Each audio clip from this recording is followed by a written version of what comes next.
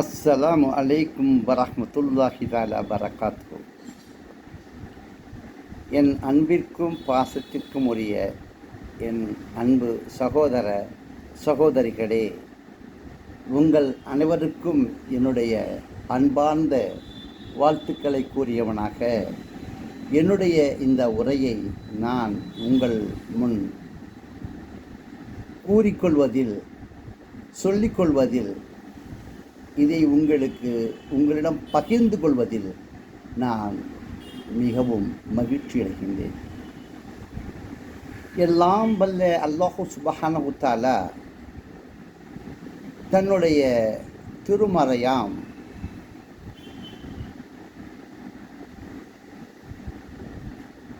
அருமறையாம் குர்ஆனிலே கூறுகின்ற வார்த்தைகளை நாம் சிந்தித்து சீர்தூக்கி பார்த்தால் பல அரிய விஷயங்களை நாம் தெரிந்து கொள்ள முடியும். இதைத்தான் இறைவனே அதே குர்ஆனில் கேட்கின்றான். யா அய்யுஹன்னாஸ், மனிதர்களை எப்படி அழைக்கின்றான்? மிக உயர்ந்த மதிப்புடனும் மரியாதையுடனும் அழகுடனும் தன்னுடைய ஓர் அழகிய வார்த்தைகளை வைத்து யா அய்யுஹன்னாஸ், மனிதர்களை கேட்கின்றார். நீங்கள் சிந்திக்க மாட்டீர்களா? சிறிது சிந்தித்து பார்க்க மாட்டீர்களா? உங்கள் சிந்தனையை நீங்கள் சிதறவிட்டு பார்க்க மாட்டீர்களா? உங்கள் சிந்தனையை கூர்மையாக்கி நீங்கள் பார்க்க மாட்டீர்களா? உங்களுடைய சிந்தனையை நீங்கள் கூர்மையாக்கி பார்ப்பீர்களேயானால் அகில உலகத்தையும், அகில உலகம், நான் உலகத்தை மட்டும் சொல்லவில்லை, அகில உலகம் என்றால் நான் பூமியை மட்டும் கொள்ளவில்லை, அகில உலகம் என்றால் இன்னும் எத்தனை உலகங்கள் இருக்கின்றனவோ அதையெல்லாவற்றையும் நீங்கள் அறிந்து தெரிந்து புரிந்து கொள்வீர்கள் என்பதைத்தான் கூறுகின்றேன். அப்படிப்பட்ட ஒரு தெளிவை நீங்கள் பெற வேண்டுமென்றால், பிறந்த பயனை பெற வேண்டுமென்றால், அதற்கான நல் உபதேசங்களை நீங்கள் மக்களிடம் கூறிக்கொள்ள ஆசைப்பட வேண்டும். உங்களுக்கு தெரிந்தவைகளை நீங்கள் மக்களிடம் கூற வேண்டும். அப்படியே கூறிக்கொண்டு வந்ததினால்தான் நாம் இப்பொழுது 1450 வருடங்களுக்கு மேலாக முஹம்மது ஸல்லல்லாஹு அலைஹி வஸல்லம் அவர்களை பற்றி மனம் குளிர்ந்து அகம் மகிழ்ந்து பேசிக்கொண்டிருக்கின்றோம். அவர்களுடைய நடத்தை எப்படி இருந்தது, அவர்கள் சொல்லிய சொற்கள் எப்படி இருந்தன, அந்த சொற்களிலே உள்ள மகிமைகள் என்ன, இந்த உலகத்தில் வாழும் முறைகள் என்ன, அந்த முறைகளை நாம் எப்படி தெரிந்து கொள்வது, எப்படியெல்லாம் நீங்கள் வாழ வேண்டும் என்பதை நமக்கு சொல்லிக் கொடுத்த ஒரு மாபெரும் தீர்க்கதரிசிதான் முஹம்மது ஸல்லல்லாஹு அலைஹி வஸல்லம் அவர்கள். முஹம்மத் என்றால் இன்று உலகே நடுங்கும் அளவிற்கான ஒரு மாபெரும் தத்துவ ஞானி, ஒரு மாபெரும் அறிவாளி, ஒரு மாபெரும் என்ன வேண்டாம் இருக்கின்றதோ உயரிய வார்த்தைகள், அனைத்து வார்த்தைகளுக்கும் பொருத்தமாகப்பட்டவர் நமது முஹம்மது ஸல்லல்லாஹு அலைஹி வஸல்லம். அவர்களைப் போல, அவர்களுக்கு ஒப்பாக, அவர்களைப் போன்றேதொரு மகானை, ஒரு மனிதனை இந்த உலகத்திலே நாம் பார்த்திருக்கின்றோமா என்றால் இல்லை. பார்த்திருக்கின்றார்களா முன்னால் என்றால் அதுவும் இல்லை, முகமது நபியை தவிர. அவருடைய வாழ்நாள், வாழ்ந்த வாழ்க்கை முறை, அவர் சொல்லிய சொற்கள், அந்த சொர்க்கத்திலே இருந்த அழுத்தங்கள், திருத்தங்கள், உண்மைகள், சத்தியங்கள் அனைத்தையும் நாம் தெரிந்து கொள்ள ஆசைப்பட வேண்டும். அப்படி தெரிந்து கொள்ள ஆசைப்பட்டால் நிச்சயமாக இந்த உலகத்திற்கு வாழ்க்கைக்கு பின்னர், இந்த உலக வாழ்க்கையில் நாம் வாழும் வாழ்க்கைக்கு பின்னர் நமக்கு கிடைக்கப் போகும் ஒரு மாபெரும் பாக்கியம் மறுமையிலே நிச்சயமாக பெற்றுக்கொள்வோம். இந்த வாழ்க்கையில் நாம் என்னென்ன சந்தோஷமெல்லாம் படுகின்றோமோ, எப்படியெல்லாம் சந்தோஷமாக இருக்கின்றோமோ, இதைவிட பன்மடங்கு நாம் நிச்சயமாக, பன்மடங்கு என்றால் அது மடங்கு மடங்கு என்று சொல்லலாம், பன்மடங்கு பழ மடங்கு நாம் நிச்சயமாக நல்ல நிலையில் இருப்போம். நாம் நல்ல நிலையில் இருக்க வேண்டுமென்றால் நிச்சயமாக நமக்கு நம்மை நாமே முதலில் திருத்திக் கொள்வதற்காக பாடுபட வேண்டும். நஃப்ஸ் என்று சொல்லக்கூடிய நம்முடைய அந்த நஃப்ஸை நாம் அடக்கி ஆள கற்றுக்கொள்ள வேண்டும். கண்மூடித்தனமாக ஷைத்தானின் ஆசைகளுக்கு நாம் அலக்களிக்கப்பட்டோமையானால், அதில் தோற்போமையானால், தோற்று விடுவோமையானால் நிச்சயமாக நமக்கு நஷ்டம்தான், நாமும் நஷ்டவாளிதான். ஒரு வியாபாரத்திலே நஷ்டமடைந்தால் எப்படி நாம் கஷ்டப்படுவோமோ, துன்பப்படுவோமோ, துயரமடைவோமோ, அதே போன்று அல்லாஹ் சுப்ஹானஹு வ தஆலா நம்மை படைத்து இந்த உலகத்திலே விட்டு நேர்மையாக வாழுங்கள், நியாயமாக வாழுங்கள், உண்மையாக வாழுங்கள் என்று எல்லா நெறிமுறைகளையும் சொல்லிக் கொடுத்தானே, அதை நாம் கேட்கவில்லை என்றால் யார் நஷ்டவாளி? நாம் தான் நஷ்டவாளி. த குரான் அந்த குரான் இருக்கின்றதே, அது வேதம். அவன் சொல்லுகின்றான் இது வேதம் என்று. ஆதல் கிதாப லா ரைப ஃபீஹி ஹுதல் லில் முத்தகீன். அப்படிப்பட்ட இந்த புத்தகம் என்ன சொல்லலாம் அப்படின்னு சொன்னால், அதாவது the catalogue of the human, the catalogue of the human, மனித குல சமுதாயத்திற்கான கேட்டலாக். நீங்கள் ஒரு டிவி வாங்குறீங்க, சாதாரணமாக சொல்கிறேன், நீங்கள் ஒரு டிவி வாங்குறீங்க, அந்த டிவியை எடுத்து பிரித்து வீட்டில் வைக்கிறீங்க. அப்போ வைக்கிறதுக்குன்னு யார் இருக்கா? ஒன்று உங்களுக்கு தெரியுமா? தெரியாது. அதற்கு தெரிந்தவர்களை கூட்டிக் கொண்டு அதை வைத்துக் கொள்ளுங்கள் என்று கொள்கின்றீர்கள். அவர்கள் எப்படி வைக்க வேண்டும், எப்படி வரும், எப்படி கூட்டினால் சத்தம் வரும், எப்படி குறைத்தால் சத்தத்தை குறைக்கலாம், எப்படி அதிகமாக கலர் உண்டாக்கலாம், எப்படி கலரை குறைக்கலாம், டியூனிங், அதாவது என்னென்னலாம் செய்யணுமோ அம்பட்டும் இங்கே இன்னொருத்தவங்க சொல்லி கொடுத்தா நம்ம அது மாதிரி செய்வோம். அதில் இன்னும் சில பல விஷயங்கள் நமக்கு இன்னும் தெரியாது. நிறைய பேருக்கு நம்ம வீட்டில் டிவி வாங்கிட்டு இருப்பாங்க, அதில் பல விஷயங்கள் தெரியும், பல விஷயங்கள் தெரியாது. சில விஷயங்கள் தெரியாது. டிவி பக்கத்தில் தான் இருக்கும், கலரை கூட்டுவாங்க, சத்தத்தை கூட்டுவாங்க, கலரை குறைப்பாங்க, சத்தத்தை குறைப்பாங்க. இதை தவிர வேறு ஒன்றுமே கிடையாது. சில பேருக்கு சத்தத்தையும் குறைக்க தெரியாது, கலரையும் குறைக்க கூட்ட தெரியாது. டிவி இன்றைக்கி அது என்ன டிவியினுடைய, அது ஏன் நான் டிவியை ஏன் சொல்கிறேன்னு சொல்லணும்னா, இன்றைக்கி மக்களுடைய அளவுக்கு இப்போ கம்ப்யூட்டர்லாம் வந்துருச்சு, இருந்தாலும் டிவியை பற்றி நான் ஒரு ஈஸியாக எல்லாத்துக்கும் புரியுங்கிறதுக்காக சொல்கிறேன். அப்படிப்பட்ட டிவியவே எப்படி சொல்லிக் கொடுத்தா சொல்லணுமோ அது மாதிரி சொல்லிக் கொடுத்த மாதிரி தான் செய்ய முடியும்.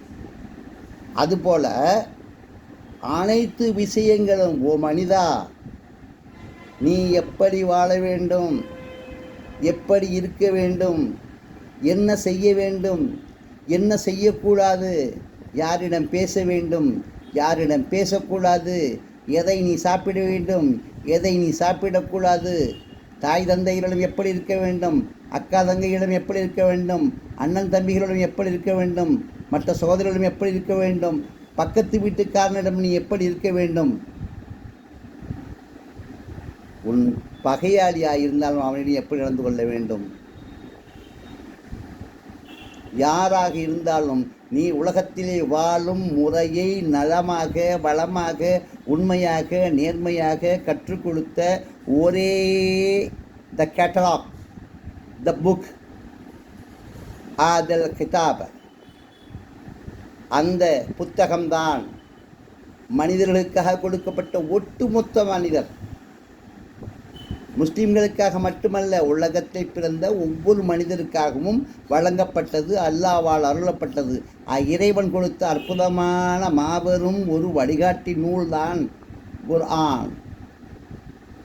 அந்த குர்ஆன் யார் மூலமாக வந்தது என்றால் முஹம்மது நபி ஸல்லல்லாஹு அலைஹி வஸல்லம் அவர்களுக்கு. முஹம்மது நபி ஸல்லல்லாஹு அலைஹி வஸல்லம் எப்படிப்பட்டவர்? அவருக்கு எழுதவும் தெரியாது, படிக்கவும் தெரியாது. எழுத படிக்க தெரியாத ஒரு மனிதரை அல்லாஹு தஆலா குர்ஆனையே இறக்கி அவர் கையில் கொடுத்தார். முழு குர்ஆனும் 23 வருடங்களுக்கு எப்பொழுதெல்லாம் எங்கெல்லாம் தேவைப்படுதோ அப்பொழுதெல்லாம் அவர்களுக்கு வசனங்களாக அல்லாஹ் சுப்ஹானஹு வ தஆலா இறக்கி கொடுத்தான். 23 வருடங்கள் இறங்கியது தான், அல்லாஹ் சுப்ஹானஹு வ தஆலா இறக்கியது தான் முஹம்மது ஸல்லல்லாஹு அலைஹி வஸல்லம் அவர்களுடைய காதுக்கு கேட்கும்படியாக, அவர் மனதிலே அமையும்படியாக அமைத்து கொடுத்தது தான் இந்த குர்ஆன். அதை பற்றி விவரங்களை பேச வேண்டுமென்றால் நிறைய பேசலாம். எப்படி வகி வந்தது, வகியின் மூலம் எப்படி அறிவித்தால் என்பதை, எத்தனை வகையிலே வகிகள் வந்தது என்பதை அறிவித்தால் அதை பற்றி நிறைய பேசலாம். சுருக்கமாக சொல்லுகின்றேன், நீங்கள் முஹம்மது நபி என்பத ஒரு புத்தகத்தை நீங்கள் வாங்கி பார்த்தால், த முஹம்மதுன்னே ஒரு பேர் வச்ச புத்தகம் இருக்கும். அந்த புத்தகத்தை படிச்சுன்னா ஆரம்பத்திலிருந்து அவர் எப்படி பிறந்ததிலிருந்து அவருடைய மறைவு வரை, அவருடைய வஃபாத்து வரையும் சுத்தமாக அழகான முறையில், மார்ட்டின் லிங்க்ஸ் சொல்லக்கூடிய முஸ்லீம் இல்லை அவர், மார்ட்டின் லிங்க்ஸ் அப்படின்னு சொல்லக்கூடிய ஒருத்தர் அதை எழுதியிருக்கார். அந்த புத்தகத்தை உலகத்திலேயே இன்னைக்கு இந்த முஹம்மதுன்னு சொல்லக்கூடிய மார்ட்டின் லிங்க்ஸ் எழுதின அந்த புத்தகம் தான் உலகத்தில் சிறந்த வரலாற்றாசிரியர் எழுதின புத்தகம் மாதிரி. அப்படிப்பட்ட நபி முஹம்மது ஸல்லல்லாஹு அலைஹி வஸல்லம் அவர்களை பற்றித்தான் நீங்கள் தெரிந்து கொள்ள வேண்டும் என்று நான் உங்களிடம் கூறுகின்றேன். நேர்மையானவர், உண்மையானவர், அனைத்து மக்களுக்கும் வழிகாட்டியாக இருந்தவர், the example man of the world, முன்மாதிரியாக்கப்பட்ட மனிதர். அவருடைய அந்த தத்துவங்களை, அவருடைய அந்த உண்மைகளை நாம் கற்றுக்கொள்ள வேண்டும், தெரிந்து கொள்ள வேண்டும். நாம் தெரிந்து கொண்டவற்றை மற்றவர்களுக்கு போதிக்க வேண்டும். இது நம்முடைய கடமை. இதற்காக செய்ததற்கான, நாம் இதை செய்ததற்கான கூலி இறைவனிடம் நமக்கு உண்டு. ஏக இறைவன் இந்த உலகத்தை படைத்து, உலகத்தில் உள்ள உயிர்களெல்லாம் படைத்து, உங்களையும் என்னையும் படைத்த அந்த இறைவனிடம் இருக்கின்றது அப்படிப்பட்ட ஒரு அற்புதமான நம் செயலுக்கான கூலி. அந்த கூலியை நாம் பெற்றுக்கொள்ள வேண்டுமென்றால் ஒவ்வொரு மனிதனும் ஆசைப்பட வேண்டும். இறைவனிடமிருந்து நாம் வெகு மதிப்புடைய சிறந்த கூலியை நாம் பெற்றுக்கொள்ள வேண்டும் என்று ஆசைப்பட வேண்டும். இந்த பூமியிலே நாம் ஏன் வந்தோம், எதற்காக வந்தோம், எப்படி வந்தோம் என்ற கேள்விகளை நீங்கள் சிந்தித்து பாருங்கள். குர்ஆனிலே அதற்கான விளக்கம் இருக்கின்றது. நாம் ஏன் இந்த பூமிக்கு வந்தோம், எப்படி வந்தோம், என்ன காரணத்திற்காக வந்தோம், சிந்தித்து பாருங்கள். குர்ஆனிலே அல்லாஹ் சொல்லியிருக்கின்றான். நீங்கள் எப்படி இருந்தீர்கள், உங்களை நான் எப்படி வைத்திருந்தேன், குர்ஆனிலே சொல்லுகின்றான். நீங்கள் வாழும் முறை எப்படி இருக்க வேண்டும் என்று அல்லாஹ் சொல்லிக் கொடுத்தான். அதை தவறி நாம் செய்த தவறல்ல, நம்மளுடைய பாட்டி ஆதமும் அவ்வா, ஆதம் பாபாவும் அவ்வா பாட்டியும் செய்த தவறால் நம்ம இந்த பூமியில் வந்தோம். தவறுனா சின்ன தவறு இல்லை, மற்றவங்க சொல்லியிருந்தா பிரச்சனை கிடையாது. அல்லாஹ் சொன்னதையே தப்பு செஞ்சுட்டாங்க இல்லையா? அல்லாஹ் சொன்னதே கேட்கல இல்லையா? இப்போ அல்லாஹ் கோபமாக வராதா? அதனால தான் கோபப்பட்டு அல்லாஹ்வுடைய கோபத்துக்கு ஆட்பட்டு அவங்கள பூமிக்கில் போய் அங்கே போய் இருந்துக்குங்கன்னு சொல்லி பூமிக்கு அனுப்பிட்டான் ஆதமும் அவ்வாவும். நம்மளுடைய யார் அவங்க? மூதாதையர். நம்ம இங்குள்ள அத்தனை மக்களுக்கும் பாட்டி யார்? அவ்வாவும் ஆதம் பாவா ஆதமும். இதை நீங்கள் தெரிஞ்சுக்கங்க. இந்த விஷயத்த நீங்கள் தெரிஞ்சுக்கிற ஆசைப்படுங்க. தெரிஞ்சுக்கிட்டிங்கன்னா முஹம்மது ஸல்லல்லாஹு அலைஹி வஸல்லம் பற்றி நம்ம எப்படி தெரிஞ்சுக்கணும்னு சொன்னால், நம்ம அப்பா, நம்ம அத்தா, நம்ம அம்மா, நம்ம மாமு, நம்ம பெரியப்பா, நம்ம சித்தப்பா இல்லையா? பார்க்குறோம் இல்லையா? நம்ம பெரியத்தா பார்க்குறோம், பெரியம்மா பார்க்குறோம், சித்தாவை பார்க்குறோம், மாமா பார்க்குறோம், பக்கத்து வீட்டுக்காரை பார்க்குறோம், இன்னும் அத்தையை பார்க்குறோம், குப்பியம்மாவை, இன்னும் எத்தனையோ அவர்கள் இருக்காங்க. இன்னும் உயர்ந்தவர்களாக இருக்காங்க, அண்ணன் தம்பிகள் இல்லையா? உங்களெல்லாம் விட எத்தனை பேர் உங்களை அண்ணன் தம்பி அக்கா தங்கச்சி மாமன் வச்சா எல்லாம் இருக்காங்க இல்லையா? அவங்களெல்லாம் விட அதிகமாக நீங்கள் தெரிஞ்சுக்கிற வேண்டியது ரசூலுல்லாஹ்வினுடைய குடும்பத்தை. ரசூலுல்லா அவங்களுடைய தாயார், அவங்களுக்கு பால் ஊட்டின தாயார், அவர் எடுத்து வச்ச அவருடைய ஐயா அப்துல் முத்தலீஃபு, அவரை எடுத்து வளர்த்த அவருடைய சித்தப்பா அபுத்தாலிப்பு, அவருடைய அபுத்தாலிப்புடைய மகன் அலி ரலியல்லாஹு எப்படி அவங்களுக்கு சுதோதனாக இருந்தாங்க. இப்படி பல வகையான விஷயங்களையும் இன்னும் போங்க பாருங்கள், அவ்வளோ விஷயங்கள் தெரிஞ்சுக்கிறீங்க. போய் பார்த்தீங்கன்னா தெரிய முடியும். புரட்டி பாருங்கள் புத்தகத்தை சீரா. அதாவது என்ன சொல்லக்கூடியது, திருக்குறானை நீங்கள் படித்து பார்க்க அத்தனை உண்மைகளையும் உங்களுக்கு வந்துடும், தன்னால் வந்துடும். எதையும் மறக்க வேண்டிய அவசியம் இல்லை, மறைக்க வேண்டியது இல்லை. ஓப்பனாக, அதாவது என்ன சொன்னால் எல்லாமே ஓப்பனாக சொல்லியிருக்க ஒரே புத்தகம் திருக்குறான் தான். திருக்குறான் அதை படிங்க. நீங்கள் நான் என்ன சொல்ல வரேன்னா, தாய் தந்தை, ஒரு தாய் தந்தை என் மகன் என்னிடம் சந்தோஷமாக இருக்கணும், நல்ல பிரியத்தோடு இருக்கணும், குடும்பத்தில் நல்ல இணக்கத்தோடு இருக்கணும், குடும்பத்துக்கு நல்லா சம்பாரித்து கொடுக்கணும், அவனுடைய உழைப்பெல்லாம் குடும்பத்துக்கு செய்யணும், அவனுடைய ஆசைகள் எல்லாம் நிறைவேறணும், அவன் உயர்ந்துக்கிட்டே போகணும், அவனுடைய உயர்வுனால் நம்மெல்லாம் சந்தோஷம் அடையணும்னு எந்த ஒரு தாயும் தகப்பனும் நினைக்கின்றீர்களோ அவர்களுக்கு நான் சொல்லிக் கொள்ளுகின்றேன், நீங்கள் குர்ஆனை கற்றுக் கொடுங்கள். அந்த குர்ஆனிலே அல்லாஹ் சுப்ஹானஹு வ தஆலா சொல்லுகின்றான், அம்மாட்ட எப்படி இருந்துக்கணும், அத்தாட்ட எப்படி இருந்துக்கணும், அக்காட்ட எப்படி இருந்துக்கணும், பக்கத்து வீட்டில் எப்படி இருந்துக்கணும், அத்தனை விஷயங்களையும் அழகழகாக எடுத்திருக்கான். உலகத்தில் எப்படி இருந்துக்கணும். அப்படி இருந்தால் நம்ம பிள்ளைங்க நமக்கு எங்கே பிரச்சனைலாம் வருது? அப்போ கற்றுக் கொடுக்க வேண்டியது யார்? நம்ம பிள்ளைங்களுக்கு நம்ம தான் கற்றுக் கொடுக்கணும். எப்படி கற்றுக் கொடுக்கணும்? உண்மையையும் நன்மையையும் சத்தியத்தையும் நேர்மையையும் கற்றுக் கொடுக்கணும். எப்படி கற்றுக் கொடுக்கணும்னு சொன்னால், முஹம்மது ஸல்லல்லாஹு அலைஹி வஸல்லம் எப்படி வாழ்ந்தார்கள், எப்படி இருந்தார்கள், அவர் என்னவெல்லாம் செய்தார்கள், என்னவெல்லாம் சொன்னார்கள், எப்படியெல்லாம் இருக்க சொன்னார்கள், எப்படிப்பட்ட விஷயங்கள் நீங்கள் சொல்லி கொடுத்தீங்கன்னா அவங்களுக்கு மனசில் பதியும். அந்த விஷயத்தை பதிய வைக்கிறதுக்காகத்தான் மீலாத் அப்படின்னு சொல்லக்கூடிய ரசூல் ஸல்லல்லாஹு அலைஹி வஸல்லத்துக்கு அவங்க மீலாது கொண்டாடல. மீலாது கொண்டாடினாலும் கேட்குறாங்க, அவங்க மீலாது கொண்டாடல. அதுக்கு ஒன்றும் எந்த விதமான எவிடன்ஸ் இல்லை. அதுக்கு பின்னாடி வந்தவங்க ரசூலுல்லாஹ்வுடைய பிறந்தநாளை கொண்டாடினாங்களான்னா அதுக்கான எவிடன்ஸ் இல்லைன்னு சொல்கிறாங்க. நான் இல்லைன்னு சொல்கிறாங்க, இல்லைன்னு சொல்கிறாங்க. அதான் நான் உர்ஜிதமாக்கலை. இதை நான் உர்ஜிதமான ஏதாவது இருக்கான்னா அது எனக்கு தெரியாது. ஆனால் அந்த உர்ஜிதமான விஷயங்கள் என்ன என்பதை பார்த்தோம்னா, ரசூல் ஸல்லல்லாஹு அலைஹி வஸல்லம் இப்போ நம்ம ஏன் அந்த மீலாது விழாவை நம்ம கொண்டாடுறோம்? மீலாதை விழாவாக ஏன் கொண்டாடுறோம்? மிலாதுன்னா பிறந்த நாள். மிலாத் அப்படின்னா என்ன? பிறந்தது, பிறப்பு. மிலாது நபி, நபி பிறந்த. மிலாது நபி, நபி பிறந்த அந்த நாள் ரபியுல் அவ்வல் 12ஆம் பிறை 12க்கு அந்த நாளை நாம் கொண்டாடுகின்றோம்.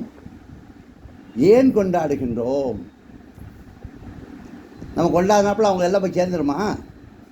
இல்லை, அவருடைய வாழ்க்கை முறைகளை நம் வருங்கால சந்ததிகளுக்கு நாம் கற்றுக் கொடுக்க வேண்டியது நம்முடைய கடமை. நபிகள் நாயகம் ஸல்லல்லாஹு அலைஹி வஸல்லம் எப்படி வாழ்ந்தார்கள், எப்படி இருந்தார்கள் என்பதை சொல்லிக் கொடுக்க வேண்டியது நம்முடைய கடமை. அந்த கடமையை நாம் சொல்லிக் கொடுத்தால், நம்முடைய குழந்தைகளுக்கு சொல்லிக் கொடுத்தால், நம்மளுடைய குழந்தைகளும் ரசூலுல்லாஹ் ஸல்லல்லாஹு அலைஹி வஸல்லம் அவர்களுடைய, ரசூலுல்லாஹினுடைய, முஹம்மது நபியினுடைய வழியை பின்பற்றி வாழ்ந்து நமக்கு சொர்க்கத்தை தருவார்களே நமது குழந்தைகள். நமது குழந்தைகள் அதே போல் வாழ்ந்தால், அதை போல் நடந்தால் நமக்கு இறைவன் சொர்க்கத்தை தருவானே என்று ஆசையிலே நாம் நம்முடைய குழந்தைகளை வளர்க்க வேண்டும். நம்முடைய குழந்தைகள் அந்த வழியில் நடந்தால், ரசூல் ஸல்லல்லாஹு அலைஹி வஸல்லம் அவர்களுடைய வழியிலே நடந்தால், நிச்சயமாக அந்த வழியை நடத்தியதற்காக, அந்த வழியை காண்பித்து கொடுத்ததற்காக நமக்கு இறைவன் நிச்சயமாக சொர்க்கத்தை கொடுப்பான், நல்வழியை கொடுப்பான். ஏனென்றால் நாம் சொர்க்கத்திலே இருந்தோம், தவறு செய்து தூக்கி எறியப்பட்டோம். திரும்பவும் மீண்டு சொர்க்கத்துக்கு செல்ல வேண்டுமென்றால் நாம் நேர்மையாக உண்மையாக நடந்தால் நிச்சயமாக மீண்டும் சொர்க்கத்துக்கு செல்வோம். இந்த உலகத்திலே படைக்கப்பட்ட அனைத்து உயிர்களும் சமம். யாரும் யாரை விடவும் பெரியவர்கள் அல்ல. ஒரு நாட்டினுடைய அதிபராக இருக்கலாம், அவரும் 10 மாதத்தில் பிறந்தவர் தான், ஒரு தாய் தந்தைக்கு பிறந்தவர் தான். நன்கு ஞாபகம் வைத்துக் கொள்ளுங்கள், பெரிய அதிபராக இருக்கலாம். இறைவன் அவருக்கு வழங்கிய ஒரு தகுதி. சிறிது காலம் இருப்பார். எத்தனையோ ஆயிரக்கணக்கான ராஜாக்கள், மகாராஜாக்கள் எத்தனையோ பேர் வந்து சென்று விட்டார்கள். அவங்களாம் இருக்காங்களா அப்போ? இல்லை. அப்போது எல்லாரும் போயிடுவாங்க, மறைந்து விடுவார்கள். முஹம்மது ஸல்லல்லாஹு அலைஹி வஸல்லம் அவர்கள் என்ன போயிருக்காங்களா? அவங்களே எல்லாம் கூட்டிட்டு போயிட்டாங்கல்ல. எல்லாம் கூட்டிக்கிட்டு போனாலும் கூட அவங்களுக்கு எல்லாம் ஒரு சான்ஸ் கொடுத்தான். என்ன கேட்டான் அல்லாட்ட, நீங்கள் இன்னும் கொஞ்ச நாள் இருக்காந்த இருக்கலாம், இல்லை வரதா இருந்தால் வரலாம் அப்படின்னு சொல்லி. அவங்களுடைய ஹதீஸில் அவங்க சொல்கிறாங்க, அல்லாஹ் என்னை 2 வகை கொடுத்தான், 2 விஷயங்கள் சொன்னான். இதில் எதை நீங்கள் தேர்ந்தெடுக்க சொன்னீங்க? நான் அந்த விஷயத்தையே தேர்ந்தெடுத்துக்கிட்டேன்னாரு. எந்த விஷயத்தை? நான் அங்கேயே வந்துடுறேன். எங்கே? மௌத்தாகி நான் அடக்கமாகி என் உயிரோட நான் உயிரை பிரிந்து பின்பு என்னுடைய மௌத்தை நான் விரும்புகிறேன் என்று சொல்லி. இதெனங்க உண்மை. ரசூலுல்லாஹ் சொன்னது இதுதானே, அவங்களே சொன்னாங்களே. அப்போ அபூபக்கர் சித்திக் ரலியல்லாஹு தஆலா அன்ஹு என்ன பண்ணுறாங்க? அவங்களுக்கு தெரியுது, சரி இவர் இதை தான் சொல்கிறார் அப்படின்னு சொல்லி. இந்த மாதிரி உண்மை. நாம் மீலாது விழா என்று கொண்டாடுவது எதற்காகவென்றால், நன்கு ஞாபகம் வைத்துக் கொள்ளுங்கள் என் அன்பு சகோதரிகளே, நபிகள் நாயகத்தினுடைய பிறந்த தினமான அந்த பிறந்த பிறை 1 12 நாட்களும் மௌலூது என்று சொல்லக்கூடிய அந்த மௌலூது ஓதுகின்றார்கள். அந்த மௌலூது என்று எப்படி ரசூலுல்லாஹ் காலத்தில் ஓதவில்லை. ரசூலுல்லாவுக்காக நாம் செய்ய வேண்டிய ஒரு கடமையாக நாம் நிச்சயமாக இந்த 12 நாட்களும் பிறை பிறந்திலிருந்து 12 நாட்களும் ரசூலுல்லாவை பற்றி புகழ்வோம். நம் பிள்ளைகளுக்கெல்லாம் எடுத்துச் சொல்வோம். ஊரில் உள்ள மக்களுக்கெல்லாம் எடுத்துச் சொல்வோம். அவர்கள் அதை அறிந்து கொள்ளட்டும், தெரிந்து கொள்ளட்டும், புரிந்து கொள்ளட்டும்.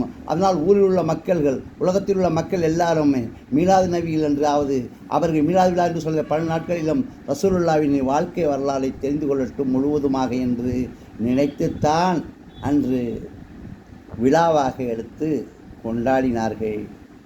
இதை சிலர் வேண்டாம் என்கின்றார்கள், சிலர் வேண்டும் என்கின்றார்கள், சிலர் ஆகாது என்கின்றார்கள்.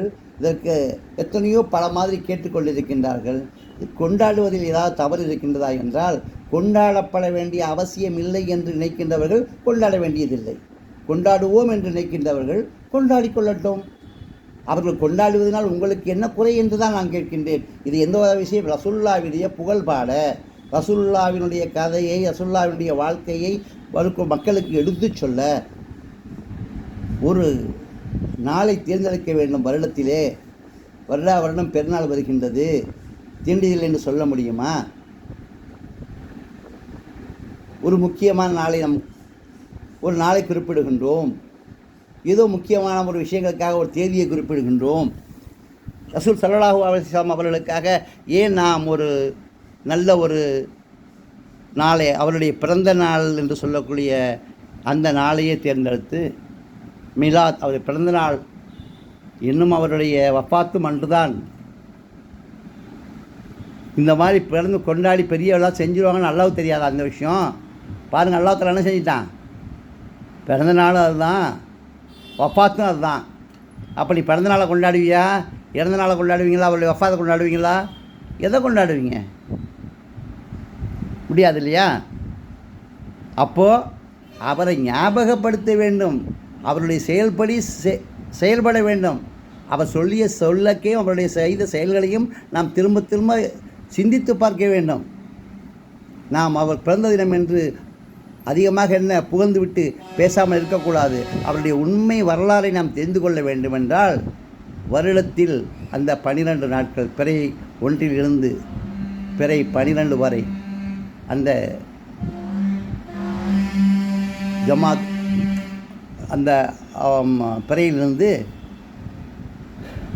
12 நாட்கள் அவருடைய பிறந்தநாள் 12 தினங்களும் அவரை பற்றி புகழ்ந்து பேசி, புகழ்ந்து பாடி, அவர்களுக்கு புகழ்ந்து யாருக்காக புகழ்ந்து சொல்லுகின்றோம்? வருங்கால மக்கள் தெரிந்து கொள்ள வேண்டும் என்பதற்காக. இப்பொழுது 1வது படிக்கக்கூடிய பிள்ளை கொஞ்சம் தெரிஞ்சுக்கிறோம், 2வது படிக்கிற பிள்ளை அதோட அதிகமாக தெரிஞ்சுக்கிறோம், 3வது படிக்கிற பிள்ளை அதோட கொஞ்சம் அதிகமாக தெரிஞ்சுக்கிறோம், 4வது படிக்கிற பிள்ளை அதோட அதிகமாக தெரிஞ்சுக்கிறோம். இப்படியே அவருடைய படிப்புக்கு தகுந்த மாதிரி ஒவ்வொரு பிள்ளைகளும் தன்னுடைய விஷயங்களை தெரிஞ்சுக்கிற ஆசைப்படுவாங்க, கற்றுக்கிற ஆசைப்படுவாங்க. இப்போ உலக மக்கள் என்ன செய்வாங்க? ரசூல் ஸல்லல்லாஹு அலைஹி வஸல்லம் அவர்களுடைய வாழ்க்கை வரலாறை தெரிந்து அதன்படி நடந்து உலகில் அமைதியை ஏற்படுத்த பாடுபடுவார்கள். இதற்காக செய்தது தான் இந்த கந்தூரி என்று சொல்லக்கூடியது. மீலாது நபி அன்று கந்தூரி வைத்தார்கள். கந்தூரி என்றால் என்ன? அதையும் நாம் சிந்தித்து பார்க்க வேண்டும். கந்தூரி எதற்காக வைத்தார் என்றால், அந்த 12 நாட்களாக எல்லா ரசூலுல்லாஹ்வுடைய கதைகளை பற்றி சொன்னோம், அவருடைய வாழ்க்கை வரலாறை பற்றி சொன்னோம்.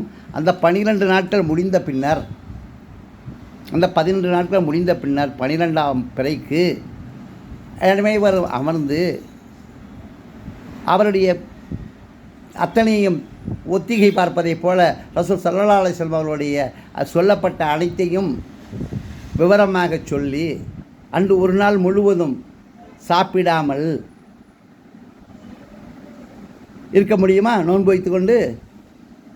அதற்காக காலையில் ஆரம்பித்த அந்த மிலாது விழாவில் ஊர் மக்களெல்லாம் சேர்ந்து ஒரு இடத்தில் சாப்பாடாக்கி ஊர் மக்களுக்கு கொடுத்தார்கள். அவரவர்கள் வீட்டில் சமைத்தால் அவர்கள் சமையலுக்கு சென்று விடுவார்கள் என்று அனைவருக்கும் ஓரிடத்தில் சமைத்து அனைவரும் வந்து ரசூல் ஸல்லல்லாஹு அலைஹி வஸல்லம் அவர்களினுடைய வாழ்க்கை வரலாற்றை கேளுங்கள் என்று சொல்லி அவருடைய வாழ்க்கை வரலாற்றை கேட்க வைத்து, அவர்கள் இருந்து கேட்டதற்காக அவர்களுக்கு தேவையான அந்த உணவை தயார் செய்து கொடுத்தார்கள். அந்த உணவை தந்து பசியும் பட்டினியுமாக இருக்கக்கூடிய அந்த மக்களுக்கு தேவையான உணவை கொடுப்பதற்காக அந்த உணவு ஏற்பாடு செய்தது தான் கந்தூரி என்று செய்திருக்கின்றார்கள்.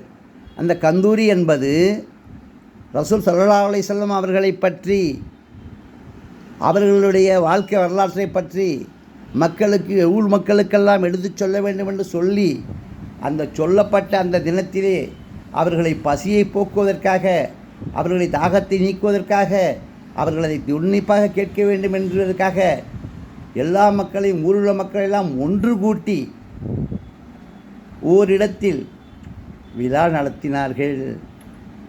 அதற்கான உணவை அங்கே தயாரித்து வழங்கினார்கள். அந்த தயாரிப்பு தான் கந்தூரியாக மாறிவிட்டது. கந்தூரி என்பது ரசூல் ஸல்லல்லாஹு அலைஹி வஸல்லத்தினுடைய கந்தூரி, முஹம்மது ரசூலுல்லா கந்தூரி என்று சொன்னாலே, ரசூல் ஸல்லல்லாஹு அலைஹி வஸல்லம் இருந்த 12ஆம் தேதி பழை 12க்கு செய்யக்கூடிய அந்த நிகழ்வு, உரை நிகழ்த்திய பின்னர் அந்த உரையை கேட்டுக்கொண்டிருந்த மக்களுக்கு உணவு வழங்குவதற்காக செய்யப்பட்டது தான் கந்தூரி. அந்த கந்தூரி என்பது பல வகையிலும் பலவாறு பல மக்களும் பேசி அதை இன்று ஏளனப்படுத்தி கொண்டிருக்கின்றார்கள். கறியை வெட்ட வேண்டியது, ஆக்க வேண்டியது, சாப்பிட வேண்டியது, இதற்கு பெயர் தான் கந்தூரி, இதுதான் கந்தூரியா என்கின்றார்கள். ஆட்டை வாங்கி அறுத்து வெட்டி வெட்டி சாப்பிடலாமே எல்லாருமே, அதற்குத்தான் கந்தூரியா? கந்தூரி என்றால் கறி குழம்பு வைத்து சாப்பிடுவது தான் கந்தூரி என்று சொன்னால், கறிக்குழம்பு வைத்து அவ்வளவு கறி வாங்கி எல்லா மக்களையும் ஒன்று கூட்டி வைத்து கறிக்குழம்பு வைத்து சாப்பிடுகிறது என்றால் என்ன காரணம்? ரசூல் ஸல்லல்லாஹு அலைஹி வஸல்லம் அவர்களுடைய உண்மை வரலாற்றை மக்களுக்கு எடுத்துச் சொல்ல வேண்டும் என்று சொல்லி, அன்று அந்த ரசூலுல்லாவினுடைய அந்த வாழ்க்கை வரலாற்றை தெரிந்து கொள்ள அவருடன் வந்து அமர்ந்திருந்த மக்களுக்கு அவர்களின் பசி வேட்கையும் தண்ணீர் வேட்கையும் தவிர்க்க அவர்களை சந்தோஷமாக இருந்து அவர்களை கேட்கும்படி செய்யப்பட்டது தான் இந்த கந்தூரி என்பதை நாம் தெரிந்து கொள்வது அவசியம். நிச்சயமாக கந்தூரி என்பது நமக்கு தேவையான ஒன்றுதான், அவசியமான ஒன்றுதான் என்பதை கூறிக்கொண்டு விடைபெறுகின்றேன். நன்றி, வணக்கம். ஹைர் அல்லாஹ்.